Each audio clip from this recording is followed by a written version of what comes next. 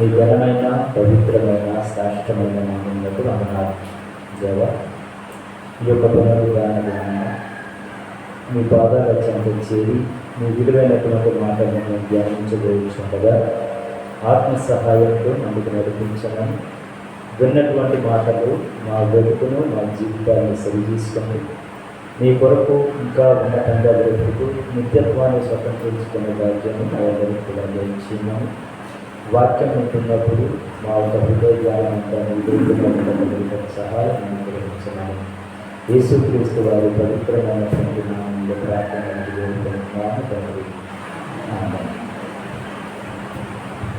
మా క్లియర్గా కనబడుతుంది ప్రేమైనటువంటి దేవుని పిల్లల ఆరాధనకు చేరొచ్చినటువంటి దేవుని సంఘానికి మన ప్రభు రక్షకుడైనటువంటి యేసుక్రీస్తు వారి పవిత్రమైనటువంటి నామంలో మీ అందరికీ హృదయపూర్వకంగా తెలియజేసుకోండి.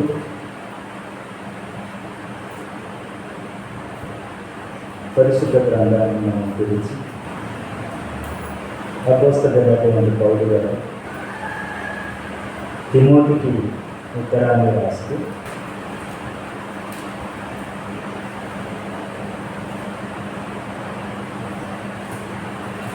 తిమోతికి కొన్ని విషయాలను తెలియజేస్తున్నట్టుగా ఈ యొక్క పత్రికల్లో మనం చదువుకున్నప్పుడు, పత్రిక ధ్యానిస్తున్నప్పుడు మనకు అర్థమవుతుంది. మొదటిగా పత్రికలో రాయబడినటువంటి భాగాన్ని మనం చదువుతాము. తిమోతికి రాసినటువంటి రెండవ పత్రిక, తిమోతికి రాసినటువంటి రెండవ పత్రిక 2వ అధ్యాయం 20-21 వచనాలను మనం చదువుకుందాం. గొప్ప ఇంటిలో వెండి పాత్రలను బంగారు పాత్రలను మాత్రమే కాక కర్రవియు మంటివియు కూడా ఉండును. వాటిలో కొన్ని ఘనతకును కొన్ని ఘనహీనతకును వినియోగింపబడును. ఎవడైనను వీటిలో చేరక తను తాను పవిత్రపరుచుకునే ఎడల వాడు పరిశుద్ధపరచబడి యజమానుడు వాడుకొనుటకు అర్హమై ప్రతి సత్కార్యమునకు సిద్ధపరచబడి ఘనత నిమిత్తమై పాత్ర అయి ఉండును. ఇక్కడ వ్రాయబడినటువంటి సందర్భాన్ని మనం జాగ్రత్తగా ఆలోచన చేస్తున్నప్పుడు, ఒక యజమానుని ఇంటిలో వెండి పాత్రలు ఉన్నాయి.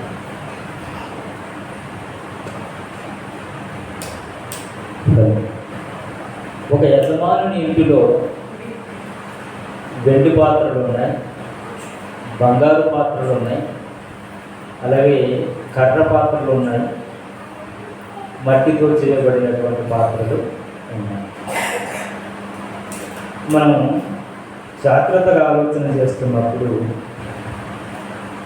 ఈ యొక్క పాత్రలను గురించి ఒక నిమిషం మనం ఆలోచన చేయగలిగితే, వెండి బంగారం పాత్రలు అనేవి ప్రతిరోజు వాడటానికి అవకాశము లేదు కదండి. మన ఇంట్లో ఉంటున్నటువంటి పాత్రలు కానీ, ఒక యజమాని ఒక ఉన్నతమైనటువంటి స్థితిలో ఉంటున్నటువంటి వారి ఇంట్లో పాత్రలు కానీ, అవి వెండివి కానీ బంగారమైనవి కానీ ఏవైనా విలువైనటువంటి పాత్రలు ఉంటాయి.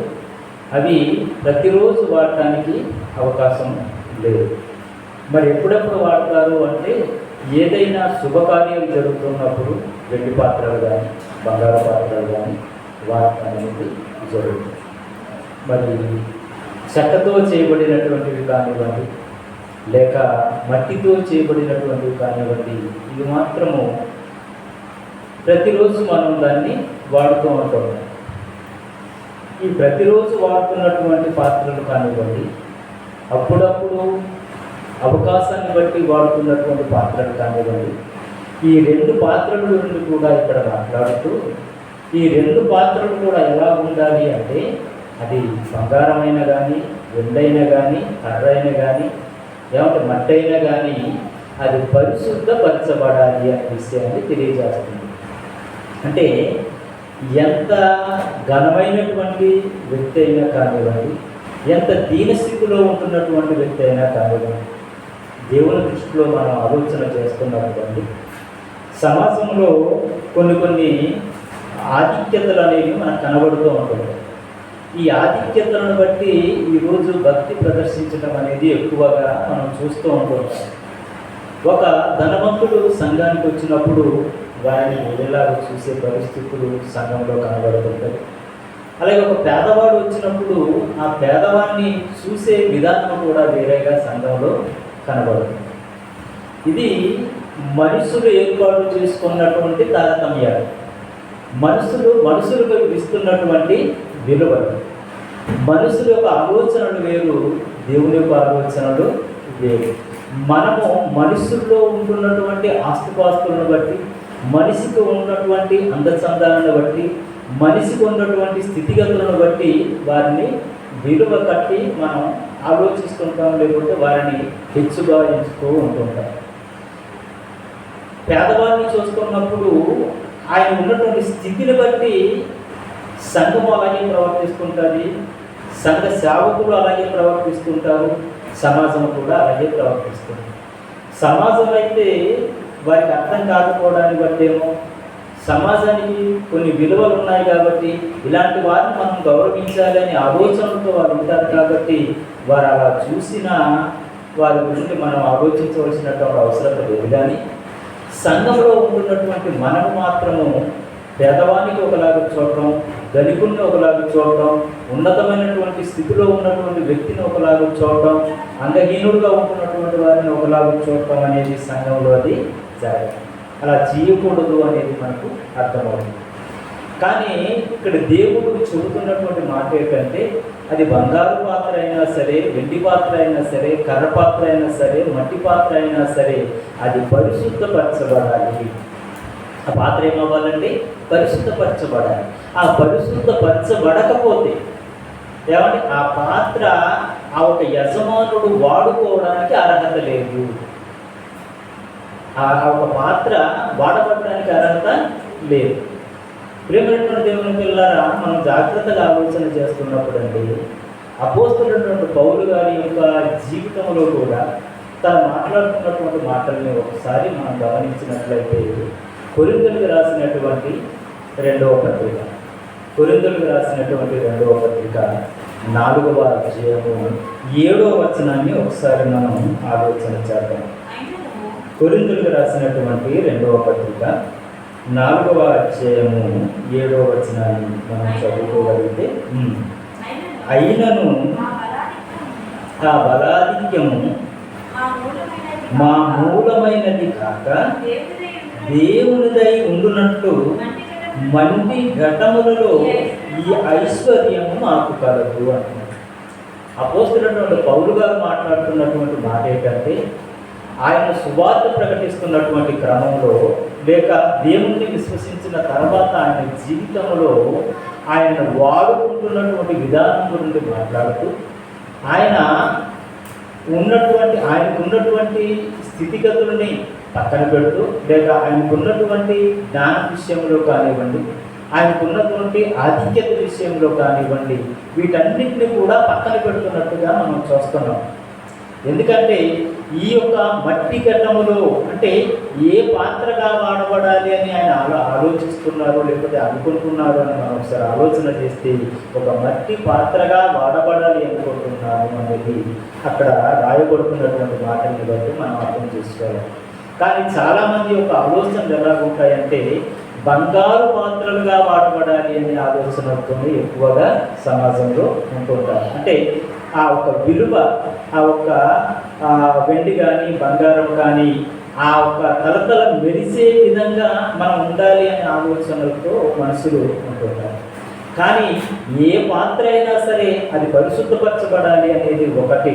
రెండవది, మనం ఆలోచన చేస్తున్నప్పుడు పాత్ర ప్రాముఖ్యం కాదు అనే విషయాన్ని ఇక్కడ మనకు అర్థమవుతుంది. పాత్ర ప్రాముఖ్యం కాదు.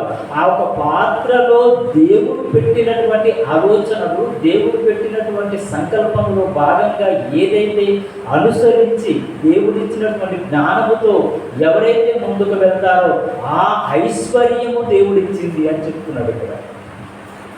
అపోస్తలుడు పౌలు గారు ఏమని చెప్తున్నాడంటే, ఈ పాత్ర ఉంది చూసారా, ఈ పాత్ర దేవుడిచ్చినటువంటి ఆలోచన మేరకు ఒకడు సువార్త ప్రకటించిన, ఒకడు దేవుని పరిచర్య చేసిన, ఏమండి సంఘంలో ఏ కార్యక్రమాలు ఎవరు ఏది చేసినా, ఒకరు పాట పాడిన, ఒకరు వాద్యాలు వాయించిన, ఏమండి ఒకరు సంఘానికి సంబంధించినటువంటి పనులు ఏదైనా చేసినా సరే ఈ పాత్ర వాడబడే విధానాన్ని బట్టి ఆధారపడి ఉంటుంది అనేది తెలియచేయడానికి ఇక్కడ చెప్తున్నటువంటి మాట ఏంటంటే, దేవుడు నాలో పెట్టినటువంటి ఐశ్వర్యం అది దేవుడిచ్చిందే కానీ నా ఘనత కాదు అనే విషయాన్ని చెప్తున్నాడు. మరొకసారి చదువు ఆ మాట 7వ వచనం.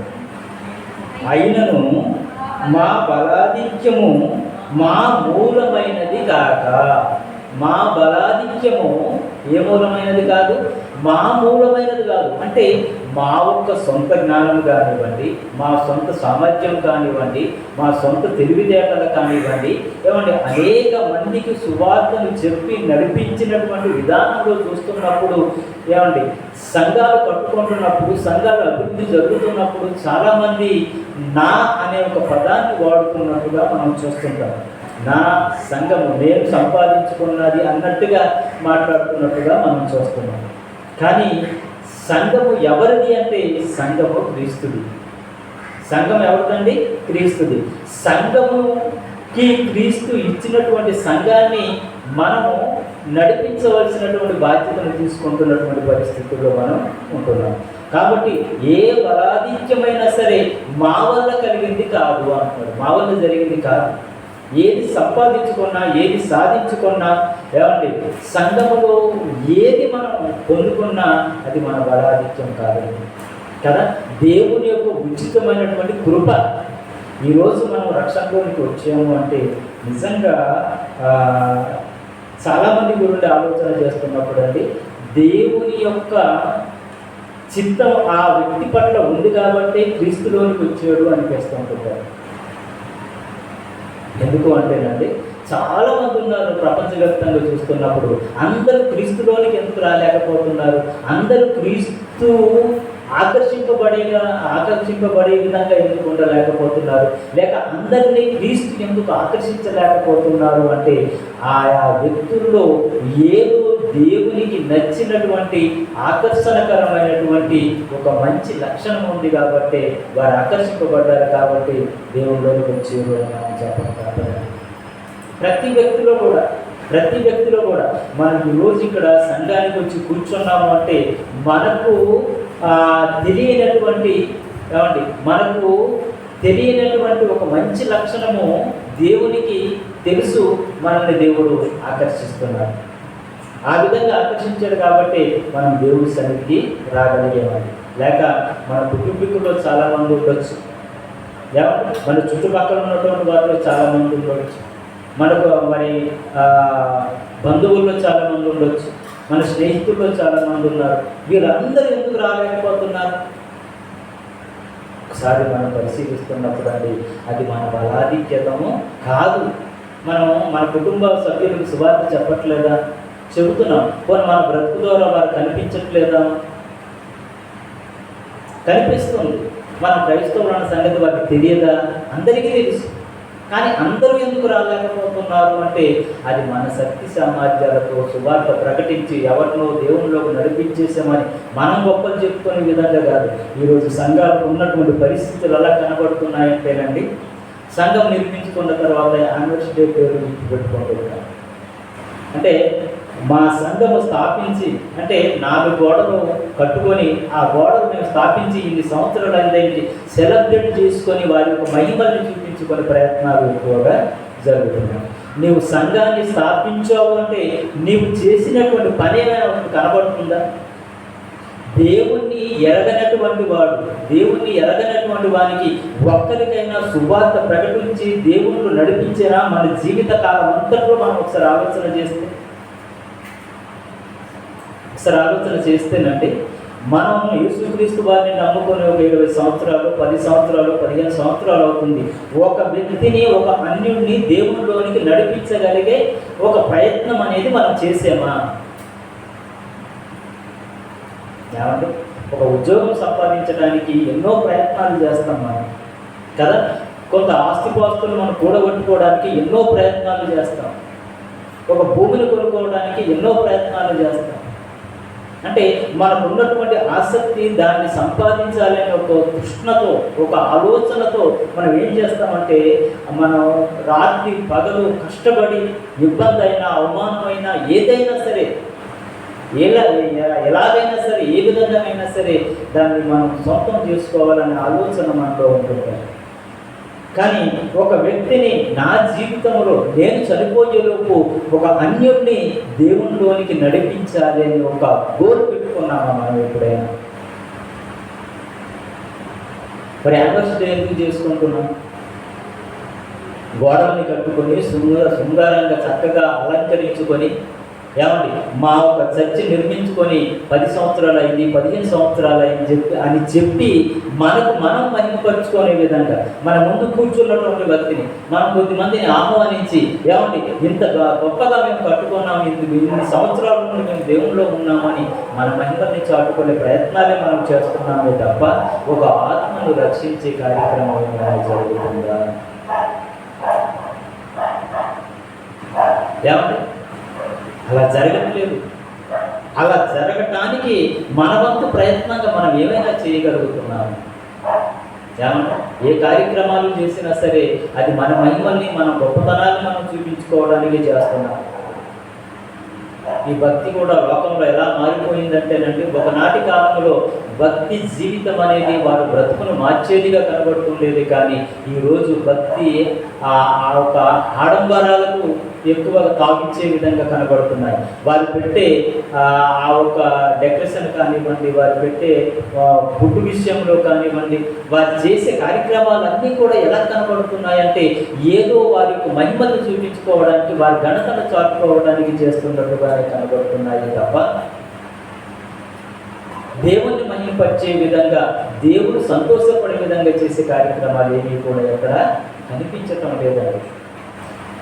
ఎలాంటి పాత్రగా ఉన్నాం మనం? మన పాత్ర ఏంటి? మన బాధ్యత ఏంటి? ఒకసారి మనం ఆలోచన చేసుకోవాలి. నా పాత్ర ఏంటి? దేవుని నమ్ముకున్నాను కదా అంటే అందరూ నమ్ముకుంటున్నట్టుగా నేను కూడా నమ్ముకొని ఏమైనా అందరూ సంఘానికి వస్తున్నట్టుగా నేను కూడా వస్తున్నప్పుడు ఇంకా వాళ్ళకి నాకు తేడా ఏముంది? నాకు ఒక ఆలోచన ఉండాలి, నాకు ఒక గోల్ ఉండాలి. ఆ గోల్ రీచ్ అవ్వడానికి నేను ఒక మార్క్ పెట్టుకోవాలి. నేను ఎప్పటికైనా సరే ఈ గోల్ని రీచ్ అవ్వడానికి నేను ముందుకు వెళ్ళాలనే ఆలోచన మనలో ఉండాలి. మన ఒక దైనందిన జీవితంలో ఏమంటే ఆదివారం దేవుని సన్నిధి కాబట్టి దేవుని సన్నిధికి రాకపోతే బాగోదు, దేవుడు ఏమని అనుకుంటాడేమో, లేకపోతే సేవకులు ఏమని అనుకుంటారేమో, బయట వాళ్ళు ఏమని అనుకుంటారేమో, లేకపోతే మనం ఇంట్లో ఉండిపోతే పక్కింటి వాళ్ళు అడుగుతారు, ఎందుకు కదండి ఈరోజు ఆదివారం మీరు ఎందుకు వెళ్ళలేదు అన్నట్టుగా అడుగుతారేమో. వాళ్ళకి భయపడి మనం ఆదివారం దేవుని సన్నిధికి వస్తున్నామేమో. అసలు దేవుని సన్నిధి అంటే పాత నిబంధనలో ఎంత భయపడేవారు అని మనం ఒకసారి ఆలోచన చేస్తానండి. ఆదివారం అంటే మనకు భయం లేదేమో, కానీ ఏమంటే యెరూషలేము దేవాలయంలో వారు సంవత్సరానికి ఒకసారి కూడుకోవడానికి వెళ్తున్నటువంటి క్రమంలో ఏమంటే ఎన్ని రోజుల నుండి సిద్ధపడతారు? ముందుగా ఎన్ని రోజుల నుండి సిద్ధపడతారు అంటే ఆ సిద్ధపాటు వెనకాల వారికి దేవుని యొక్క భయం కనబడుతుంటుంది. మీకు ఈ మధ్యన వాట్సాప్లో ఒక పోస్ట్ పెట్టాను, ఎంతమంది వీడియో చూసారు? చూడలేదా? వాట్సాప్ గ్రూప్లో చూశారు కదండి. అందులో ఛత్తీస్గఢ్లో ఏమండి, ఆ ఛత్తీస్గఢ్లో అక్కడ ఉన్నటువంటి ఒక పల్లెటూరు నుండి ఆరాధనకు రావడానికి ఎన్ని కిలోమీటర్లు నడుచుకొని వచ్చారట? 25 కిలోమీటర్లు నడుచుకొని వచ్చారట. 25 కిలోమీటర్లు నడుచుకొని వచ్చారు. అది ఎప్పుడు వాళ్ళు వచ్చారంటే శనివారం ముందుగానే బయలుదేరి వచ్చారు. శనివారం ముందుగా బయలుదేరిపోయి ఆదివారం కొరకు, అంటే ఆదివారం అనగానే ఒక క్రైస్తవుడికి ఒక పండగ వాతావరణంలాగా ఉండాలండి. ఆదివారం అంటే ఒక పండగ వాతావరణంలాగా ఉండాలి. పండగ వాతావరణం అనగానే ఏదో హంగులు ఆర్పాటాలు అడావిడి ఇది కాదు. కాదు, అంటే రేపు పండుగ వస్తుందంటే ముందుగా మనం సిద్ధపడ్డాం అన్నమాట. రేపు పండుగ వచ్చిన పండుగలో మనం చేసాం కదండి, మనందరికీ తెలుసు. పండుగ చేసేటప్పుడు అంటే రేపు పండుగ అనుకోండి, ఈరోజు అన్నీ ప్రిపేర్ చేసుకుంటాం కదండి, అన్నీ సిద్ధం చేసుకుంటాం కదా. అంటే ఎంత ఆసక్తితో దాన్ని సిద్ధపాటు కలిగి మనం చేసుకోవడానికి ఇష్టపడుతుంటామో, ఆదివారం రాగానే కూడానండి ఏమండి మన సంఘంలో, అంటే మన సంఘంలో కాదు, ప్రతి సంఘంలో ఉన్నటువంటి సేవకులు కానీ సేవకుల కుటుంబం కానీ వారికి ఎంత అడావుడి ఉంటుందో తెలుసా అండి. శనివారం నుండే ఈ యొక్క ఆరాధన కొరకు సిద్ధం చేసే కార్యక్రమాలు ఉంటాయి. అంటే ఎలా ఉంటుందంటే రేపు ఆదివారం కదా, రేపు ఆదివారం కొరకు ఏమేమి పనులు చేయాలి? సంఘమంతా కూడా శుభ్రంగా తొడవాలి, దీన్ని తడుగుడు పెట్టాలి, సైడ్లు తొడవాలి, అన్నీ కూడా చక్కగా సరదాలి. ఏమంటే రేపు సంఘానికి వచ్చే వారికి ఏమేమి కావాలి అవన్నీ కూడా సిద్ధం చేయడానికి ముందు రోజు నుండి ప్రిపేర్ అవ్వాలి అనే ఒక ఆలోచన మనకు వస్తుంది. అంటే ఏమంటే ఆదివారం మనకు ఒక పండగ రోజు లాంటిదండి. ఆదివారం మనకు ఒక పండగ రోజు లాంటి. 25 కిలోమీటర్లు వారు నడుచుకుంటూ వస్తున్నారంటే దేవుని పట్ల వారికి భయం ఉందా, భక్తి ఉందా అనేది మనకు అర్థం చేసుకోగలిగితేనండి నిజంగా ఆదివారం ఆరాధన అంటే శనివారం 25 కిలోమీటర్లు వారు నడుచుకుంటూ వచ్చారు. మనలాగా వేకించుతూ రావట్లేదు. మన ఇంటి పక్కనే చర్చ్ ఉంటుంది, కానీ మనం రావడానికి ఇష్టపడలేము. అలక్ష్యం చేస్తూ ఉంటుంటాం, అశ్రద్ధను చూపిస్తూ ఉంటుంటాం. అంటే దేవుని పట్ల భయము, భక్తి అంటే మనకు అర్థం కావాలి. అంటే దేవుడు ఎంత గొప్పవాడో అనే సంగతి మనకు అర్థమైతేనండి ఈ భక్తి భావాలు అనేవి మనలోనికి వస్తాయి. కానీ అది అర్థం కావట్లేదేమో అనిపిస్తుంటారు కొన్ని సందర్భాలు. ఆదివారం అనగానే మనకేంటంటే మిగతా పనులన్నీ కూడా, నేను అందుకనే మా మిస్సెస్తో చెప్తూ ఉంటున్నాను, ఆదివారం అనగానే ఏ పని పెట్టుకోవద్దని చెప్తాను. మనం సిద్ధపడిపోవాలి. ఎవరు వచ్చినా రాకపోయినా మనం అనుకున్న టయానికి మీరు కూర్చోవాలి. ఈ మనసు దేవుడు చూస్తాడండి, ఈ మనసు దేవుడు చూస్తాడు. ఎప్పుడైనా సరే మనం సమయానికి అక్కడ ఉండాలి అనే ఒక ఆలోచన మనలో ఉంటే, ఏమంటే మనం ఊరు వెళ్ళాలి, ట్రైన్ 10 గంటలు 12 గంటలకు వెళ్తాం అక్కడికి. మనం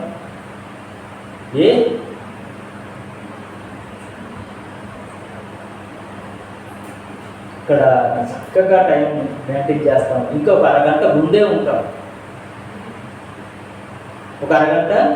ఉంటాం, కానీ దేవుని సన్నిధి అనగానే, అందుకని దేవుని సన్నిధి వస్తుంది అనగానే ఆ ఒక్క రోజున మాత్రం మనం చాలా చక్కగా ప్రిపేర్ అయిపోవాలన్నమాట. ఎంత ముందుగా మనం ప్రిపేర్ అవ్వాలంటే మనకు ఒక ఆలోచన రావాలి. ఏంటి ఆలోచన అంటే ఈరోజు ఆదివారం అనేది త్వరగా మనం లేవటం, త్వరగా సిద్ధం అవ్వటం, లేకపోతే త్వరగా మనం అన్ని కార్యక్రమాలు చేసుకోవటం. ఆ రోజు దేవుడు తప్ప మనకి ఇంకెవరు కనిపించే విధంగా ఉండకూడదు, ఏ ఆలోచన మనకు ఉండకూడదు. నేను చాలా ఫంక్షన్స్ కూడా ఆదివారం అనగానే అవాయిడ్ చేయడానికి ఇష్టపడుతూ ఉంటుంటాను.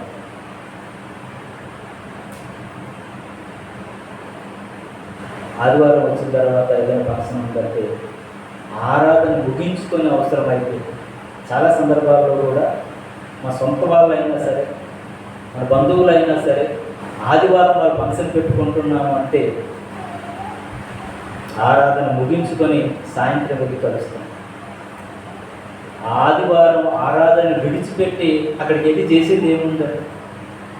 భోజనం చేయడానికి వెళ్తాం. ఆ టైంకి వెళ్ళకపోతే అది పెళ్ళైనా కానీ, పుట్టినరోజైనా కానివ్వండి, మరొకటైనా ఏదైనా సరే,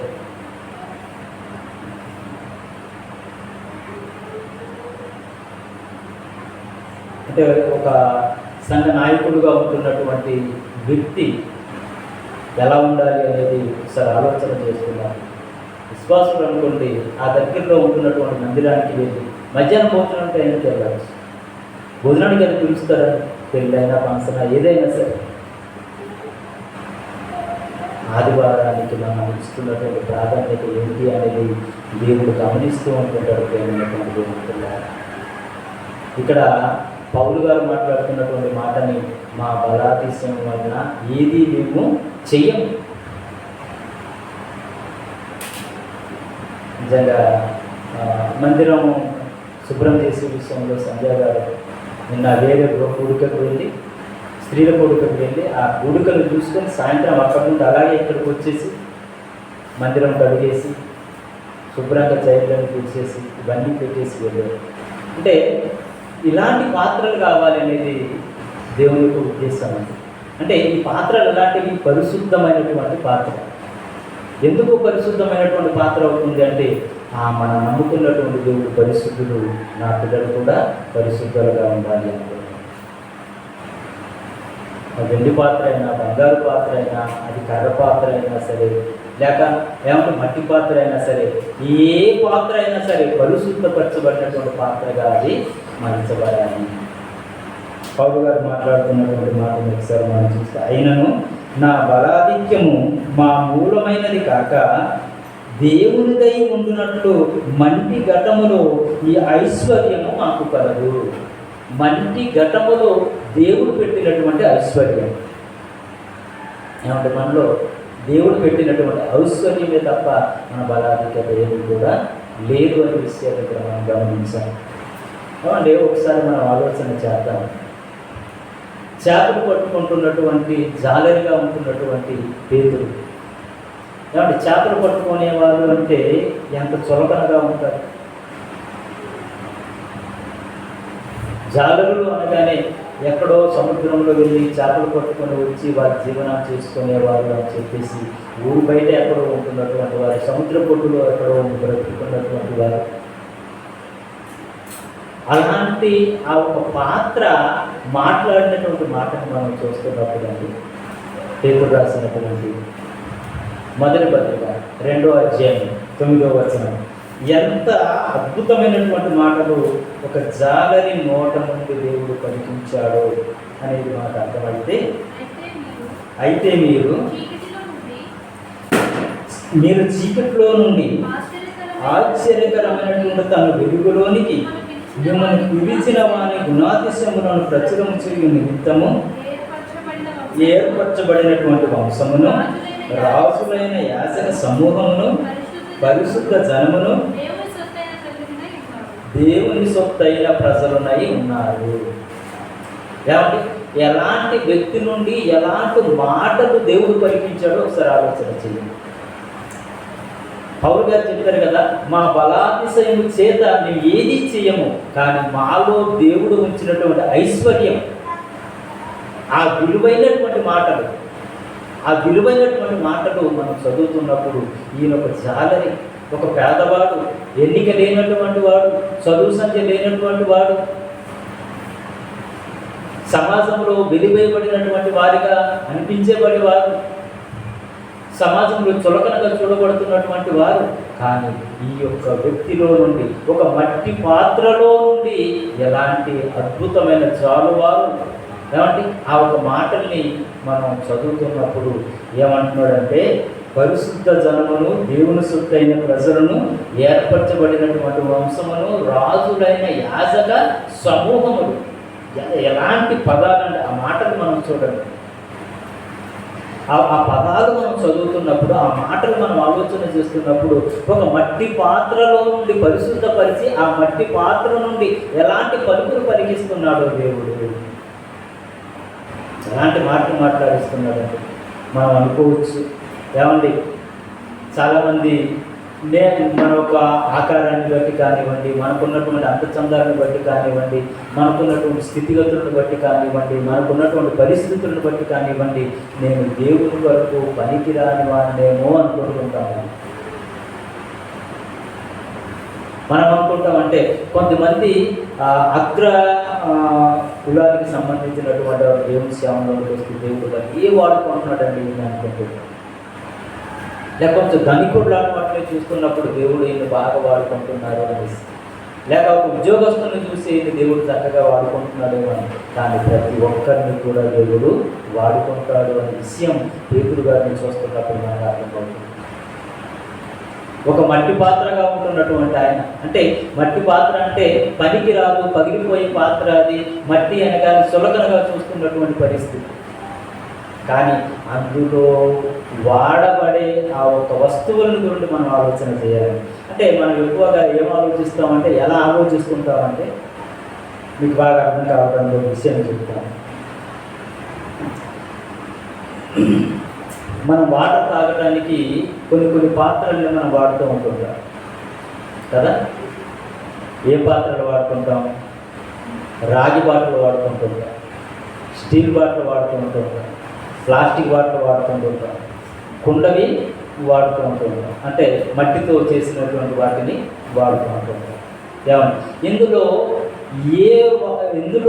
ఉన్నటువంటి వాటర్ మంచిది? రాగిలో ఉంటున్నది మంచిదా? స్టీల్లో ఉంటున్నటువంటి మంచిదా? కుండలో ఉంటున్నటువంటిది మంచిదా?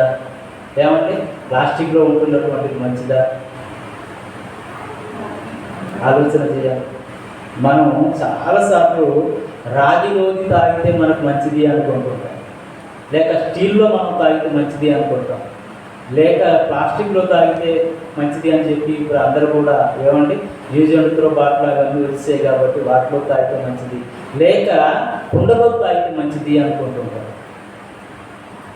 నువ్వు ఏ పాత్రలోనూ తాగేవాళ్ళు కాదు, అందులో ఉన్నటువంటి వాటర్ ఏంటి అనేది మనం గమనించాలి.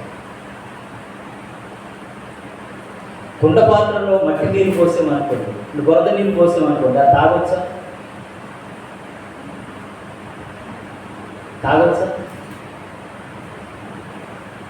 లేక ఒక స్టీల్ బాటిల్లో ఒక చెడిపోయినటువంటి వాటర్ అనగానే ఎటువంటి మినరల్స్ లేని వాటర్ అందులో పోసామనుకోండి, ఆ వాటర్ తాగొచ్చా? దానివల్ల ఉపయోగం ఉంటుందా? ఉండదు. కొన్ని రాగి పాత్రలో కూడా ఏమండి కొంచెం కలుపుగా ఉంటున్నటువంటి వాటర్ మనం పోసే తాగామనుకోండి, బాగుంటుంది. ఇక్కడ పాత్ర ప్రాముఖ్యం కాదు, అంటే ఏ వస్తువు అనేది కాదు, అది వెండిది వాడుతున్నావా, స్టీల్ వాడుతున్నావా, మట్టిది వాడుతున్నావా అనేది కాదు, అందులో వేయబడినటువంటి పదార్థం ఏంటి అనేది మనం ఆలోచన చేయాలి. ఇది ఎందుకు జ్ఞాపకం చేస్తున్నానంటే, ఏమండి ఒక పాత్రగా ఉంటున్నటువంటి వ్యక్తి, ఘనమైనటువంటి పాత్రగా ఉంటున్నటువంటి వ్యక్తి, ఘనహీనుడుగా ఉంటున్నటువంటి పాత్రగా ఉంటున్నటువంటి వ్యక్తులను గురించి మనం ఆలోచన చేస్తున్నప్పుడు, ఒకడు పేదవాడై ఉండొచ్చు, ఒకడు రాజు అయి ఉండొచ్చు, ఒకడు ధనవంతుడై ఉండొచ్చు, మరొకడు అడుక్కునేవాడై ఉండొచ్చు. ఈ మధ్యనంటే ఒక బిచ్చగాడు అనాథాశ్రమంలో కొంత డబ్బులు ఇచ్చాడు. ఆయన ఇంచుమించుగా 25 సంవత్సరాలు 30 సంవత్సరాలు అడుక్కుంటూ దాచుకున్న కొన్ని వేల రూపాయలు అనాథాశ్రమంకి ఇచ్చారు. జనరల్గా ఈ యొక్క బిచ్చగాన్ని మనం చూస్తున్నప్పుడు ఎలా ఉంటుంది పరిస్థితి అంటే, రోడ్డు మీద అక్కడ కనబడుతుంటారు, ఆయనకి బిచ్చి వేయడానికి కూడా ఆయన ముట్టుకుంటే మనకి ఏదైనా అంటుకుంటాదేమో అని దూరంగా ఇలా పడేసే పరిస్థితులు ఉంటుంటాయి సమాజంలో చూసుకున్నప్పుడు. కానీ ఈ బిచ్చగాడు చేసినటువంటి అనాథాశ్రమం చేసినటువంటి సాయాన్ని బట్టి ఆ బిచ్చగాడు ఉంటున్నటువంటి రూపం కూడా పక్కన పెట్టేసి, ఏమంటే ఆయనకు ఉన్నటువంటి ఆ మలినమైనటువంటి వస్త్రాలు, లేకపోతే ఆ మాసిపోయినటువంటి వస్త్రాలు, మాసిపోయినటువంటి శరీరం, ఇవేమీ కూడా పక్కన పెట్టేసినండి ఆయన్ని దగ్గరికి పిలిచి హత్తుకొని స్టేజ్ మీద పిలిచి ఆయనతో మరి ఫోటో తీసుకొని ఆయనకు ఒక సీల్డ్ ఇచ్చి ఆయన హత్తుకున్నారు అంటే ఆయన చేసినటువంటి కార్యం గొప్పగా కనబడుతుందండి. ఆయన బిచ్చగాడే అని అక్కడ ఎవరు ఆలోచించలేదు. ఆ బిచ్చగాడైనా సరే అనాథాశ్రమానికి కోట్ల రూపాయల డబ్బులు ఆయన తాను ఏమైనా అడుక్కొని సంపాదించుకున్న డబ్బుల్ని దానం చేసినందుకు ఆయన్ని గొప్పగా పోగొట్టడం అనేది జరిగింది. అర్థమైందండి? అంటే అది ఎలాంటి పాత్ర అనేది కాదు, ఆ పాత్ర వెనకాల ఉంటున్నటువంటి ఆ ఒక ఎసెన్స్ ఏంటి అనేది ఒకసారి మనం ఆలోచన చేస్తున్నప్పుడు పౌలు గారు అందుకే చెప్తున్నాడండి, మా బలాధిశమును బట్టి మేము ఏది చేయక మాలో దేవుడు ఒక ఐశ్వర్యం ఉంచాడు, ఆ ఐశ్వర్యం మేము పంచుతున్నామే తప్ప అది మా ఘనత కాదు అంటున్నాడు. పేతురు ఒక మట్టి పాత్రగా ఉంటున్నటువంటి ఒక పేదవాడిగా ఉంటున్నాడు, ఒక జాలరిగా ఉంటున్నాడు. కాబట్టి అలాంటి వ్యక్తి నోట నుండి దేవుడు పలికించినటువంటి మాట ఏమని మాట్లాడారు పేతురు పత్రికలోనండి, చీకట్లో నుండి ఆశ్చర్యకరమైనటువంటి తన వెలుగులోనికి మిమ్మల్ని పిలిచినటువంటి వాని యొక్క గుణాతిశములు ప్రచురణ చేయ నిమిత్తము. అంటే ఆ మాటలు మనం చదువుతున్నప్పుడు పేతురు గారి నోట నుండి ఎంత అద్భుతమైనటువంటి మాటలు, ఎంత జ్ఞానయుక్తమైనటువంటి మాటలు, ఎంత ఆలోచనకరమైనటువంటి మాటలు, ఆ మాటల ద్వారా మీరు ఏమయ్యారు అనే విషయాలు ఏమంటే ఆ మాటలు ప్రతి ఒక్కరు చదువుతున్నారు కదా ఈరోజు. ఆ మాటలు ఒక పేదవాడు చదువుతున్నాడు, ఆ మాటలు పేతురు చెప్పినటువంటి మాటలు ఒక ధనికుడు చదువుతున్నాడు, పేతురు చెప్పినటువంటి మాటలు ఒక ఇంటలెక్చువల్గా ఉంటున్నటువంటి ఆయన చదువుతున్నాడు.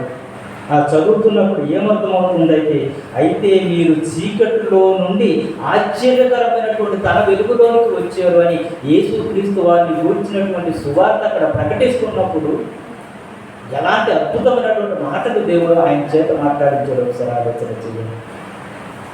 ఒకప్పుడు మీరు చీకట్లో ఉన్నారు, కానీ మీరు ఇప్పుడు ఒక ఆశ్చర్యకరమైనటువంటి వెలుగులోనికి వచ్చారు. ఒక ఆశ్చర్యకరమైనటువంటి వెలుగులోనికి వచ్చారు అంటే క్రీస్తులోనికి వచ్చారు అనే విషయాన్ని తెలియజేస్తూ, క్రీస్తులోనికి వచ్చినటువంటి మీరు ఆయన గుణాతిశయములు ప్రచురం చేయు నిమిత్తం మీరు ఏర్పరచబడ్డారు అంటున్నారు. మనమందరం కూడా ఎందుకు ఏర్పరచబడ్డామట?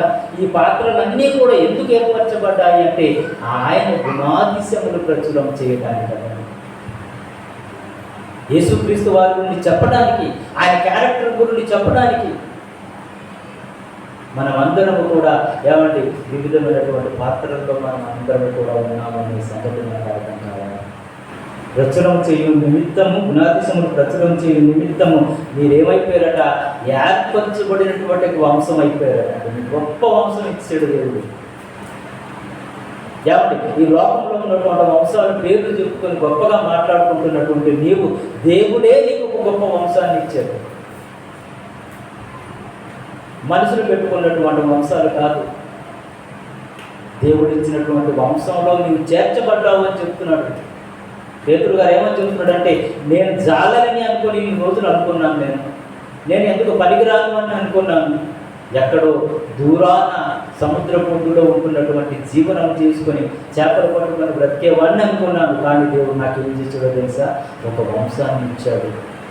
నాకు ఎంత ఆధిక్యతను ఇచ్చాడంటే, రాజులైన యాజక సమూహము నన్ను రాజుగా ఆయన గుర్తించాడు, నన్ను ఒక యాజకునిగా ఆయన గుర్తించాడు, నన్ను ఒక పరిశుద్ధ ప్రజలుగా అంటే పరిశుద్ధుడిగా నన్ను దేవుడు గుర్తించాడు. మనుషులు మరణాలు గుర్తిస్తారంటే మనుషులు ఎలా గుర్తిస్తారు? మనకున్నటువంటి స్థితిగతులను బట్టి మనుషులు మనల్ని గుర్తిస్తారు. నీకు డబ్బు ఉంటే నిన్ను పొగుడుతాడు, నీకు డబ్బు లేకపోతే పొగడు. నీకు అందం ఉంటే నిన్ను పొగుడుతాడు, నీకు అందం లేకపోతే పొగడు. నీకు ఆస్తిపాస్తులు ఉంటే నీకోసం మాట్లాడతాడు, లేకపోతే నీకోసం మాట్లాడతాడు.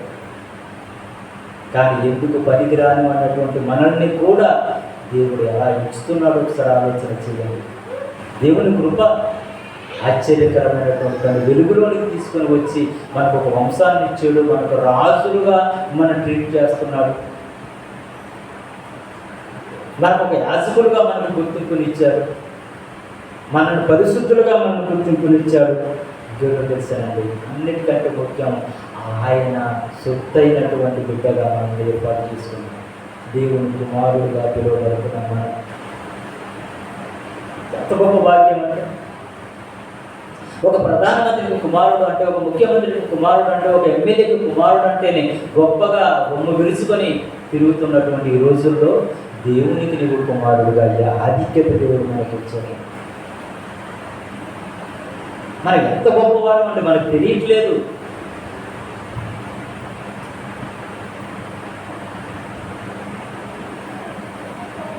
ప్రేమైన దేవుని పిల్లల లోకంలో ఉన్నటువంటి స్థితిగతులు మనం ఆలోచించడం. ఢిల్లీ గ్రహం గారు కట్టండి సువార్త ప్రకటించేటప్పుడు చాలామంది వచ్చేసి ఆయన సువార్త విన్న తర్వాత నిజంగా ఆ అమెరికా లాంటి దేశాల్లో కూడా గొప్ప గొప్పగా సువార్త ప్రకటిస్తున్నప్పుడు అనేక మంది పెద్ద పెద్ద రాజ్యాది నేతలు వచ్చి కిందను కూర్చొని ఆయన మాటలు వింటున్నప్పుడు ఢిల్లీ గ్రహం గారి దగ్గరకు వచ్చి ఒక వ్యక్తి అన్నాడట, అయ్యా మిమ్మల్ని ఈ యొక్క అమెరికా దేశానికి ప్రెసిడెంట్ మేము చేస్తాము అని చెప్పేసి అన్నాడట.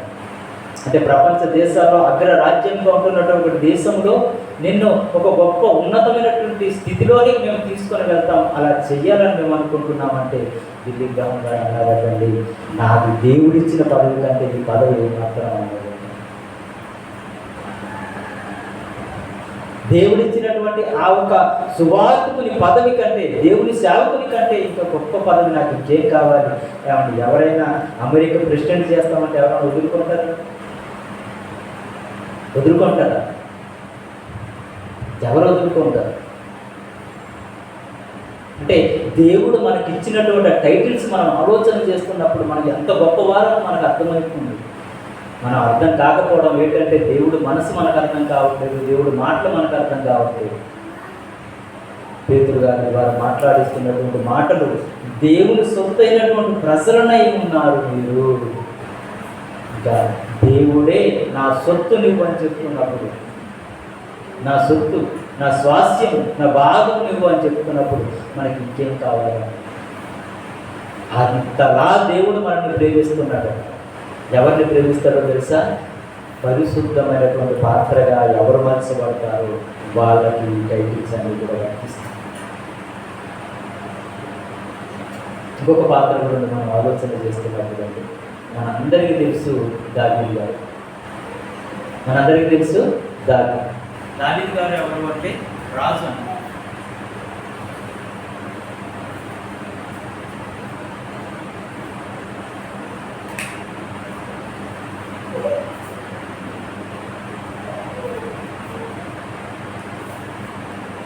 దావీదు గారు ఎవరంటే రాజు.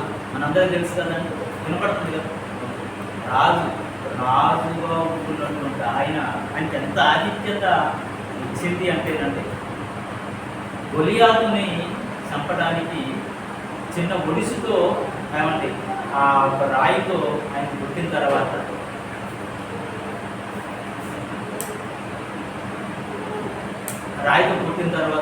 గొలియాతు కింద పడిపోతే అప్పుడు ఏం చేశాడో తెలుసండి? ఆ గొలియాతు చేతిలో ఉంటున్నటువంటి ఖడ్గాన్ని తీసి ఆయన పీకని తీసాడు. అంత గొప్ప సామర్థ్యం కలిగినటువంటి వ్యక్తి, లేకపోతే అంత బలవంతుడుగా ఉంటున్నటువంటి వ్యక్తి, ఒక రాజు స్థానంలో ఉంటున్నటువంటి ఆయన కూడా ఏమని మాట్లాడుతున్నారు? కొన్ని మాటల్ని మనం చూడగలిగితే కీర్తనల గ్రంథం, మనందరికీ కీర్తనల గ్రంథంలో ఎవరెవరు రాశారు అనే విషయాలు పైన వచనాలు రాయబడి ఉంటాయి. అయితే 119వ కీర్తన మనం చూస్తున్నాం కదండి. ఇక్కడ పర్టికులర్గా 119వ కీర్తన పలానా వాళ్ళు రాశారు అనేది ఉండదు, కానీ ఇక్కడ రాయబడినటువంటి సందర్భాన్ని బట్టి మనం చూస్తున్నప్పుడు దావీదు గారే దీన్ని రాశారు అని మనం చెప్పవచ్చు. ఎలాగంటే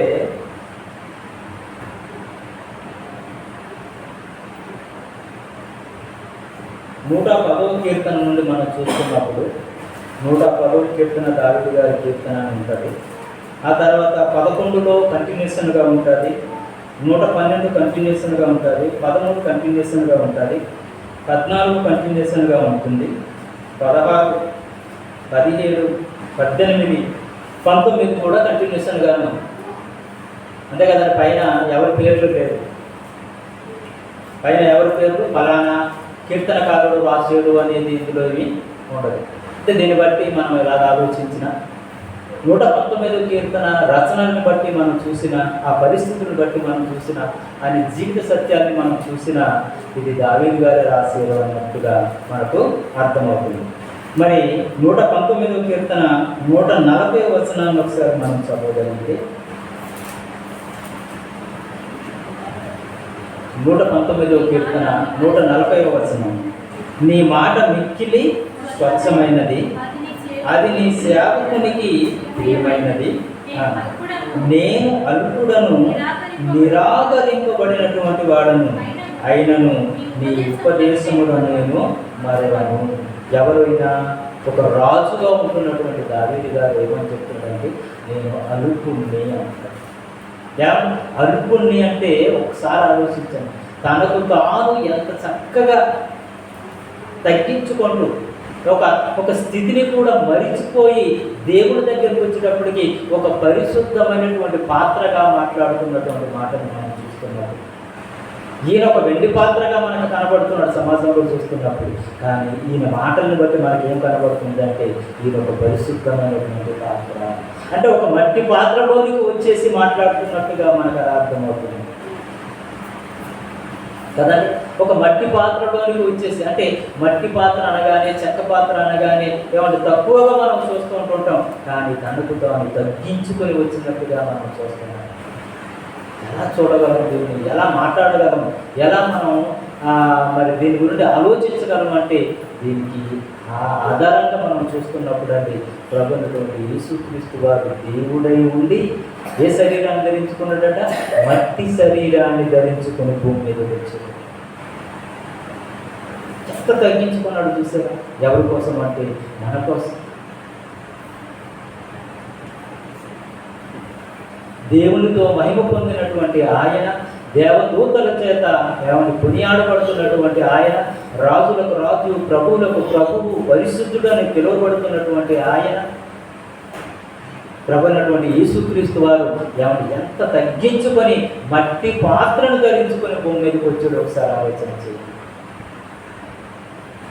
ఏమన్నా అనుకుంటే యేసుక్రీస్తు వారు అనుకుంటే ఏ పాత్రలోకైనా రాగలరు ఆయన, అంతే కదండి.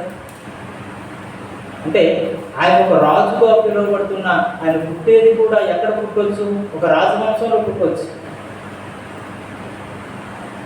కానీ ఆయనకున్నటువంటి టైటిల్ ఏంటో తెలుసా? యూదులకు రాజుగా పుట్టిన వాడు ఎక్కడున్నారు అని జ్ఞానులు వచ్చి అడుగుతున్నప్పుడు అండి, జ్ఞానులు వచ్చి అడుగుతున్నారు. ఎవరికి వచ్చి అడుగుతున్నారు?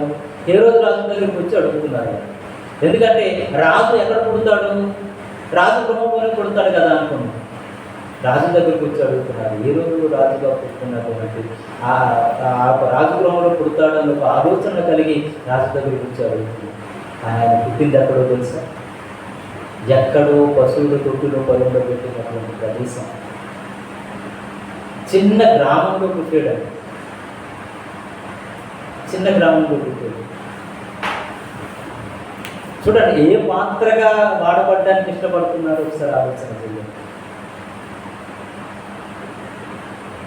ప్రభువైనటువంటి యేసుక్రీస్తు వారిని చూస్తున్నప్పుడు ఆ పాత్రని చూస్తున్నటువంటి ప్రతి ఒక్కరు, పౌలు గారు కానివ్వండి, పేతురు గారు కానివ్వండి, అపోస్తలులు కానివ్వండి, వీళ్ళందరూ కూడా అలా బ్రతకడానికి ఇష్టపడ్డారు.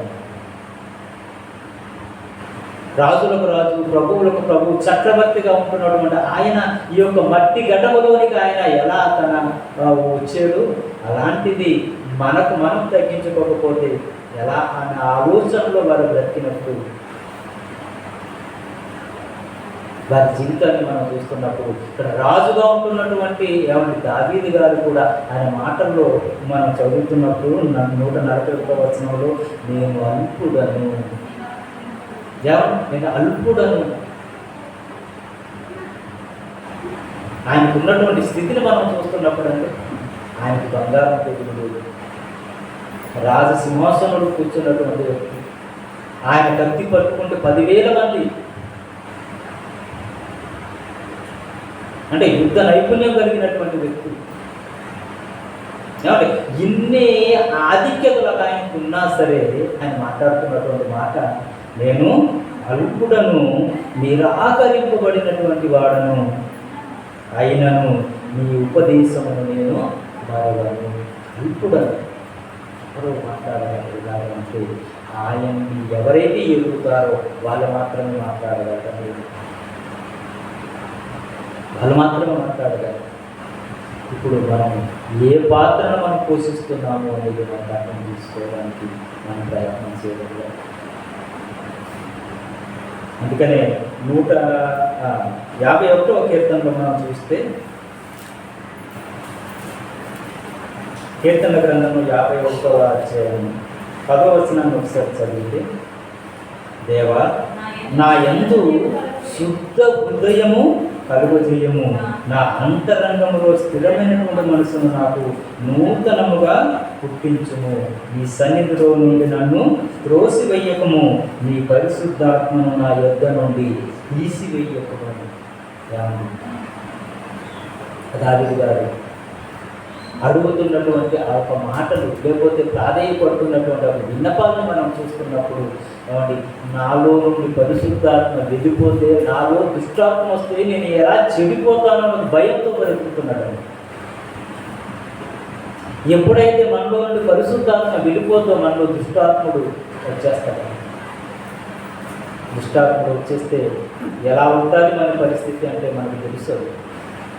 దుష్టుడు వచ్చిన తర్వాత దేవుడు అంటే భయం ఉండదు, భక్తి ఉండదు.